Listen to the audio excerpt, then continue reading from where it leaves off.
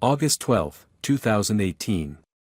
At 11:20 p.m., residents of Building 614 in downtown Evanston, Illinois, called 911 after hearing violent banging from apartment 3C. When police broke down the door, they found 35-year-old Danica Rhodes dead in the kitchen. Throat slashed. No sign of forced entry. The strange part? All doors and windows were locked from the inside. No defensive wounds. No robbery. Her phone was missing. Detective Morgan Wells stood in the doorway of apartment 3C, the yellow crime scene tape fluttering behind him. The metallic scent of blood hung in the air, mixing with the lingering aroma of coffee that had gone cold in a mug on the counter.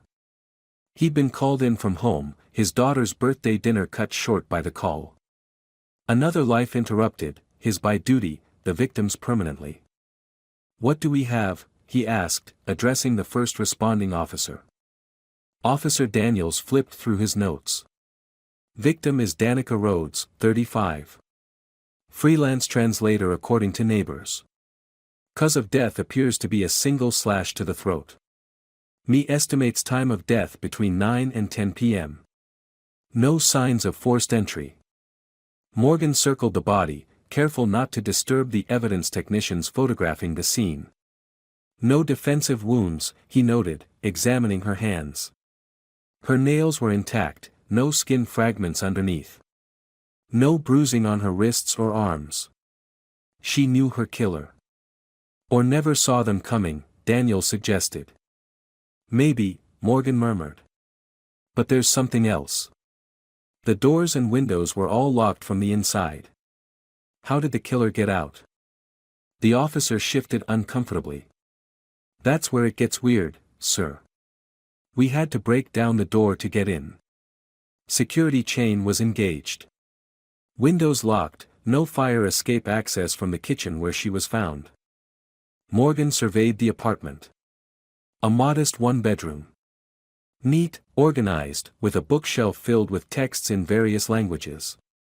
A laptop sat open on a small desk in the corner of the living room, the screen dark. What little he could see of her life spoke of solitude, of someone who lived in words rather than among people. Any sign of her phone? Morgan asked. Nothing so far, Daniels replied. We've tried calling it, but it goes straight to voicemail. As Morgan made his way through the apartment, he noticed a small detail, a coffee mug on the windowsill overlooking the fire escape. 2 mugs, actually. One still half full, lipstick on the rim. The other empty, wiped clean. She had company, he said. Neighbors mentioned she kept to herself, Daniels said, following his gaze. Except for one person, a downstairs neighbor. Man named Caleb from 2C. They apparently shared coffee on the fire escape some mornings. Morgan nodded slowly. Let's talk to Caleb, then. The superintendent of Building 614 was a heavy-set man named Gerald Torres. He arrived 20 minutes later, keys jangling at his belt, face drawn with shock. I can't believe this happened here, he muttered as he led Morgan down to the second floor. Ms. Rhodes was so quiet. Never any trouble. Tell me about Caleb in 2C, Morgan said. Gerald's pace slowed. Caleb, he repeated, brow furrowing. There's no Caleb in 2C. Morgan stopped. What do you mean? Apartment 2C has been vacant for over a year. Previous tenant passed away, heart attack. We've been renovating it, but it's not rented yet. A cold sensation settled in Morgan's stomach. Are you absolutely certain? Of course I'm certain, Gerald insisted, producing his master key. See for yourself. They reached 2C, and Gerald unlocked the door. When it swung open, Morgan expected emptiness. Instead, the beam of his flashlight revealed a Spartan setup, a sleeping bag on the bare floor, a folding chair, and takeout containers scattered around a small side table. What the hell? Gerald whispered. Morgan placed a hand on his service weapon. Wait outside. Call for backup. The apartment had the hollow feel of temporary occupation. No personal touches, nothing that couldn't be abandoned at a moment's notice. Morgan moved carefully through the space, noting the precise placement of the chair, positioned directly beneath an air vent in the ceiling. When he shined his light upward, he saw it, a small, nearly invisible hole drilled through the ceiling. The perfect size for a camera lens or listening device. "Jesus," he muttered. The wall adjacent to the sleeping bag caught his attention next. Partially hidden behind the folding chair was a collage of photographs. All of Danica. Danica walking down the street with groceries. Danica at her window, reading. Danica brushing her hair before bed. All taken from above, from the vantage point of the air vent in her apartment. Detective. An evidence technician called from what should have been the bedroom. "You need to see this." Morgan found the technician standing over a small duffel bag. Inside were several items that made his skin crawl: a maintenance uniform with the building's logo, a fake name tag reading Caleb Porter, and a ring of keys that looked suspiciously like master keys. "Get me everything you can on the previous tenant of this apartment," Morgan ordered. "And I want prints on everything in here." Back in the hallway, neighbors had begun to gather, drawn by the commotion. An elderly woman approached, wringing her hands. "I saw him, you know," she said quietly. "The man who said he lived there." "When was this?" Morgan asked. "Just today. This evening, around 7:30. He was coming up the stairs as I was taking out my trash. Nice young man. Always helped me with my groceries." "Did he say where he was going?" "Up to see Danica," the woman replied. "Said they were having coffee." The pieces were falling into place, and the picture they formed was disturbing.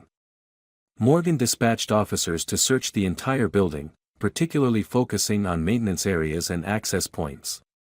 An hour later, in the basement laundry room, they found Danica's phone. It had been dropped down the laundry chute, landing in a basket of dirty linens.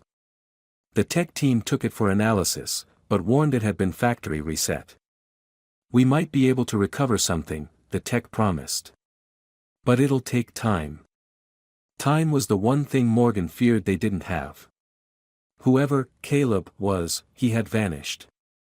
The fingerprint analysis came back the next morning. The prints belonged to Russell Lane, 39, with a record in Nevada for stalking and unlawful surveillance. He'd served 3 years, been released, and promptly disappeared from his parole officer's radar. Morgan studied Lane's mugshot. Average height, average build, forgettable features. The kind of face that blended into crowds. The kind of man who could pose as maintenance staff and never be remembered. "We need to warn the building residents," Morgan told his captain during their morning briefing. "This guy could come back." "You think he's still in the area?" Captain Rivera asked. "He spent months planning this. Setting up surveillance. Creating a false identity. He's obsessed with Danica. People like that don't just walk away." But as the days passed with no sign of Lane, Morgan began to wonder if he had underestimated him. The forensic team had recovered fragments of a note from Danica's phone, words that haunted Morgan's dreams: "He knows things I never told anyone. I think he's been in here." She had known. Or at least suspected. Had she confronted him? Is that why she died? A week into the investigation, Morgan received a call from the building superintendent. "You need to come see this," Gerald said, his voice shaking. "There's something wrong with 2C. When Morgan arrived, he found Gerald standing in the hallway outside the apartment, pale and sweating. "I sealed it like you asked," Gerald said. "New locks. Deadbolt. Even put a chair under the doorknob from the inside before I closed it yesterday." "And?" Morgan prompted. "The chair was moved this morning. And there's this." Gerald handed him a single photograph. It showed Danica at her desk, working. The same desk where evidence technicians had dusted for prints just days before. "Where did you find this?" Morgan demanded. On the floor inside 2C. It wasn't there yesterday. Morgan called for backup before entering the apartment. Everything looked the same, the sleeping bag, the chair, the takeout containers. But there was something new on the wall of photos. A question mark, drawn in what looked disturbingly like dried blood. The lab would later confirm it was Danica's blood. He's playing with us, Morgan told his partner, Detective Sawyer, as they reviewed security footage from nearby buildings. He knows we're looking for him. But how is he getting in and out? Sawyer asked. We've had officers watching the building. That was the question that kept Morgan awake at night. The building's security cameras had been disabled months ago, a maintenance issue that now seemed deliberately orchestrated. The neighboring building's footage showed dozens of people coming and going, but none matching Lane's description. 3 weeks after Danica's murder, they got their first real lead. A barista at a coffee shop 2 blocks from Building 614 recognized Lane's photo. He comes in almost every morning, she told Morgan. Always orders the same thing. Black coffee, blueberry muffin. Morgan and Sawyer set up surveillance at the coffee shop. For 2 days, nothing. On the 3rd day, Morgan spotted him, baseball cap pulled low, glasses, but unmistakably the man from the mugshot. He was sitting at a corner table, laptop open, watching the entrance to Building 614 through the window. The arrest was anticlimactic. Lane didn't run, didn't fight. He simply closed his laptop and placed his hands on the table as Morgan approached. I was wondering when you'd find me, he said calmly. In the interrogation room, Lane maintained an eerie composure. He answered questions about his false identity readily but denied killing Danica. I loved her, he insisted. I would never hurt her. You stalked her, Morgan countered. Spied on her. Invaded her privacy. I protected her, Lane said, leaning forward. There are things you don't understand. Then help me understand, Morgan said. How did you get into her apartment when everything was locked from the inside? Something flickered in Lane's eyes, a moment of calculation. I didn't. Your fingerprints were on her coffee mug. We had coffee that morning. On the fire escape. Like we often did. And at night? When she died? I was in my apartment. Alone. You mean the apartment you illegally occupied? Where we found photos of her taken through a hole in her ceiling? Lane's composure cracked slightly. She knew I was watching. She let me. Is that why she wrote that note? Because she let you spy on her? For the first time, Lane looked genuinely confused. What note? Morgan slid a printout across the table, the recovered fragment from Danica's phone. He knows things I never told anyone.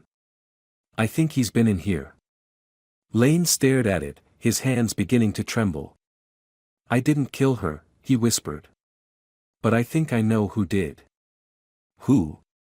Morgan demanded. Lane looked up, eyes wide with what appeared to be genuine fear. The man who lived in 2C before me. The one everyone thinks died of a heart attack. The investigation took a bizarre turn. The previous tenant of 2C, Martin Graves, had indeed been reported dead of a heart attack 14 months earlier. His body had been discovered by the building superintendent after neighbors complained of an odor. But here's where it gets strange, Sawyer said, reviewing the file. Graves was cremated. No family claimed the remains. So. Lots of people die alone, Morgan said. Sure, but Graves had a life insurance policy. A substantial one. It was claimed by someone with all the proper documentation. Death certificate, ID, everything. Morgan felt a chill run down his spine. Are you saying someone faked Graves' death? I'm saying it's worth looking into. The crematorium had no record of receiving Graves' body. The medical examiner who signed the death certificate had no recollection of the case. And the life insurance payout, nearly $500,000, had been transferred to an offshore account that was emptied and closed days later. Meanwhile, Russell Lane sat in a cell, maintaining his innocence. His story remained consistent. He had been obsessed with Danica, had created the false identity of Caleb to get close to her, had even spied on her, but he hadn't killed her. "Check the air vents," he kept saying. "There's more than one hole." Morgan returned to Building 614 with a forensic team. They removed the vent cover in Danica's bedroom and found not one, but two small holes drilled into the ductwork. One aligned with apartment 2C, Lane's vantage point. The other angled toward the building's maintenance shaft. A thorough examination of the maintenance shaft revealed a hidden access panel leading to a narrow space between the walls. Inside, they found a folding stool, a high-powered listening device, and a notebook filled with observations about the building's residents. The handwriting didn't match Lane's. DNA from skin cells found on the notebook matched samples taken from apartment 2C, but they weren't Lane's. The DNA belonged to Martin Graves, or someone using his identity. "We need to exhume Graves' body," Morgan told his captain. "What body?" Captain Rivera replied. "He was cremated, remember?" "Then whose ashes are in that urn?" "Because I'm starting to think Martin Graves is still very much alive." The case sprawled outward like a spider's web. Martin Graves had been a software engineer with a spotless record. No criminal history, no mental health issues. By all accounts, an unremarkable man, just like Russell Lane had appeared to be. What if they're the same person? Sawyer suggested. What if Lane killed Graves, took over his identity, then faked his death to collect the insurance? And then created a new identity as Caleb? Morgan shook his head. That's convoluted even for the most dedicated psychopath. Then what's your theory? Morgan didn't have one. Not yet. But he couldn't shake the feeling that they were missing something obvious. He returned to Danica's apartment, now sealed as a crime scene. Standing in her kitchen where she had died, he tried to imagine her final moments. Had she invited her killer in? Had she been surprised? There were no signs of struggle, no defensive wounds. The coffee mug on the counter caught his attention again. He remembered Lane's insistence, "We had coffee that morning." Morgan called the lab. The coffee mug from Danica Rhodes' apartment, was it tested for poison? It hadn't been. When the results came back, they confirmed Morgan's suspicion. The coffee contained a powerful sedative, enough to render Danica unconscious within minutes of drinking it. She would have been helpless when her killer cut her throat. Lane continued to deny any knowledge of the poison. "Why would I drug her? I had her trust. I was in her apartment all the time." As Caleb, Morgan corrected. "Not as Russell Lane." "She knew who I really was," Lane insisted. "I told her everything the night before she died." This was new information. "You confessed to stalking her." "I explained why I was watching her. To protect her from him." "From Graves?" Lane nodded. "He's been watching all of us. For years." Danica was getting too close to the truth. "What truth?" Lane leaned forward, his voice dropping to a whisper. "That this isn't the first building. That he's done this before. Denver in 2015. Chicago in 2016. He finds a building, creates a fake identity as a tenant, fakes his death, then hides in the walls. Watching. Learning secrets. Using them." It sounded like the ravings of a paranoid mind. But something made Morgan check. The pattern Lane described existed. In 3 different cities, in buildings with similar layouts, a tenant had died of apparent natural causes, been cremated, and shortly afterward, residents reported strange occurrences, missing items, rearranged furniture, feelings of being watched. And in each building, within 18 months of the suspicious death, a resident was murdered. All with the same signature: throat slashed, no defensive wounds, doors locked from the inside. Morgan brought this information to his captain, who reluctantly authorized a more thorough search of Building 614. They found hidden passages in the walls, peepholes in strategic locations, and evidence that someone had been living undetected inside the building's infrastructure for months. But of Martin Graves, if that was even his real name, there was no sign. 2 months after Danica's murder, the case remained officially open but had gone cold. Russell Lane was charged with stalking and breaking and entering but maintained his innocence in Danica's death. Without evidence connecting him directly to the murder weapon or the poison, the prosecution's case was circumstantial at best. Morgan couldn't let it go. He kept returning to Building 614, walking its halls, studying its blueprints, searching for where someone could hide undetected. The answer came from an unexpected source. The elderly neighbor who had seen Caleb the night of the murder approached Morgan one evening as he was leaving the building. "I remember something else," she said. "About the man in 2C. The night that poor girl died, I saw him twice." Morgan frowned. "Twice?" "Once going up to her apartment. And then again, about an hour later, coming out of the basement. He looked different the second time. His clothes were the same, but his face, it wasn't quite right." "What do you mean, not quite right?" "Like he was wearing someone else's skin," she said, then shook her head. "That sounds crazy, doesn't it? But that's what it looked like to me. Like a mask that didn't fit properly." Morgan thanked her and immediately went to the basement. The maintenance room had been searched before, but he focused now on a section of wall that, according to the building's original blueprints, should have housed an old trash chute, decommissioned when the building was renovated in the 1990s. Behind a false panel, they found a narrow passage leading to a small room containing a cot, provisions, and a disguise kit including high-quality silicone masks. On a small table sat a leather-bound journal with detailed observations about the building's residents, including Danica. The final entry, dated August 12, read, "D suspects. Confrontation inevitable. C becoming a problem. 2 birds, 1 stone." Russell Lane was released the next day. Without his testimony about Martin Graves, they might never have discovered the hidden passages or the evidence in the basement. But the man himself, whether he was Graves or someone else entirely, had vanished once again. Apartment 2C was resecured, the locks changed. The hidden passages were sealed with concrete. Building 614 slowly returned to normal. But some residents still swear they hear footsteps in vacant apartments. Maintenance reports persistent issues with the electrical system, as if someone is tapping into the grid. And late at night, some say they can hear a faint knocking from inside the walls. Morgan keeps the case file on his desk. Every few weeks, he receives a postcard from a different city. No message, no return address. Just a photo of an apartment building, similar in design to Building 614. He's mapped each location, created a timeline, established a pattern. He believes he knows where Graves will appear next.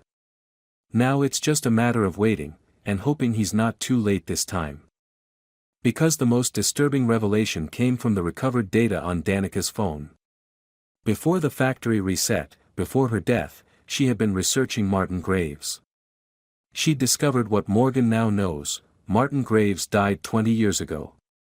At age 4. Someone has been wearing his identity ever since.